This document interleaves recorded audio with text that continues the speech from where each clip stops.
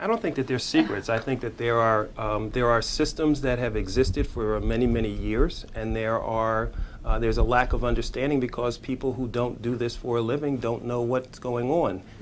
From their point of view, they look at it as a secret. From people who have existed in the system for as long, quite frankly, as I have, I go back in the system 30 years. PARS has been around since 1985. There's been no difference in what PARS does. It always does what it does. What has changed is the federal government.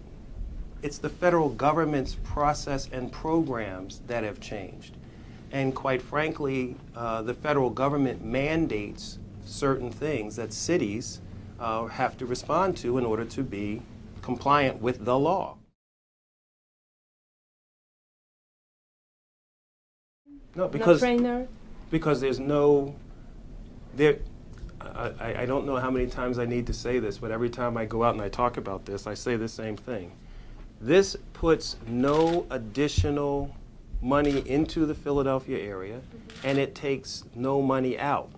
It doesn't change any policy that we've had before. What Secure Communities does is take the information that every law enforcement agency gives to the FBI and provides a bridge from the FBI to ICE. The communities that provide the information do nothing different. I don't have Philadelphia police officers who are deputized as ICE enforcement agents. ICE has their agents. The Philadelphia police do what they need to do. And believe me, I've got enough to do with Philadelphia police officers than to sit down and worry about what's going on in immigration. That's why the mayor put his, did the executive order to make sure that this administration was on record as to what we felt and how we felt and what we are trying to accomplish in this city. And I am, rather proud of the fact that the mayor has not only told everybody by the executive order that the previous executive order, which was similar to what we found here, that we are just as committed and we are going to expand what we're trying to do, even given the fact that the federal government seems to be expanding in what I would dare say is the wrong direction, but the federal government is changing what it's doing with the information we're providing. That's on the federal government. I think our advocacy has been to question why are we going in that direction.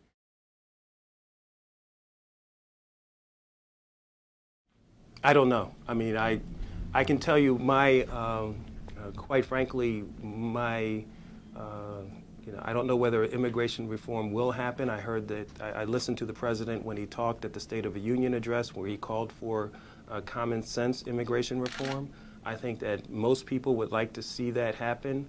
I don't know whether or not we're in an environment where people can actually sit down and talk about it without, that allows us to talk about it in a way that is not, that the drum beats don't get so loud that you can't even sit down and have a discussion about how to do it properly. I would hope that it would happen, but quite frankly, from a city's point of view, when we have deficits that we've been dealing with over the past 2 years that this administration's been in, I've been dealing with a $1.7 billion deficit in the city's budget. We have another deficit of about $300 million that we're going to have to deal with now.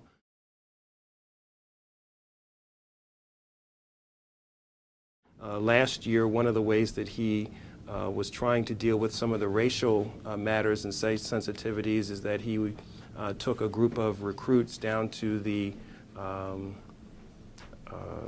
down to Washington, D.C. to look at the Holocaust Museum in order for people to understand how power left unchecked can really cause damage to not only a community but to the world. Once we did an analysis coming in, 12 districts across the city comprised over 70% of the crime. Over the last 2 years, a dramatic decrease in the numbers of crimes, especially in those districts where we put additional resources.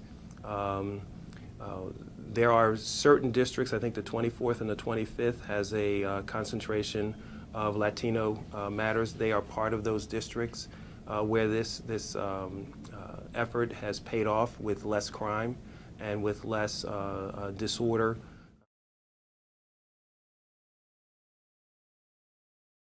We found that in communities where the community had embraced the curfew centers and really worked hard to make sure that it could work, that those areas actually continued. Where those things did not show that there was really that much support, then those things were actually closed down.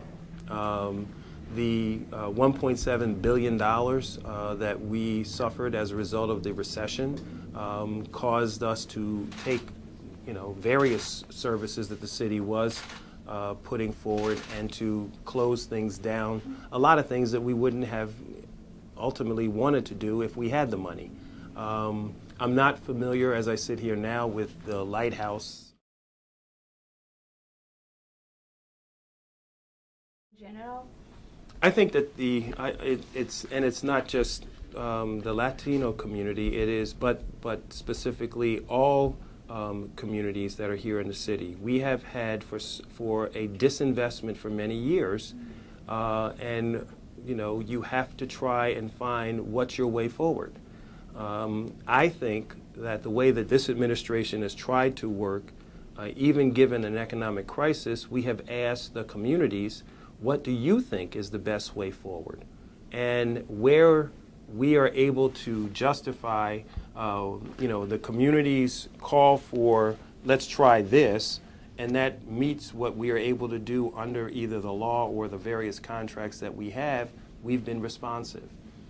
Where quite frankly, the challenge has been is that we have seen an unprecedented drop in revenue. Philadelphians voted for the mayor because he made his #1 priority public safety. The first thing that he did when he came in was to declare a crime emergency. I do want to take people back to what it was like when he was running. We averaged over 400 murders in this city. I believe the year before he was elected, it was up to 406 to 410. The number of people that were murdered, even though, as I say, it is still unacceptable, but last year it was 308.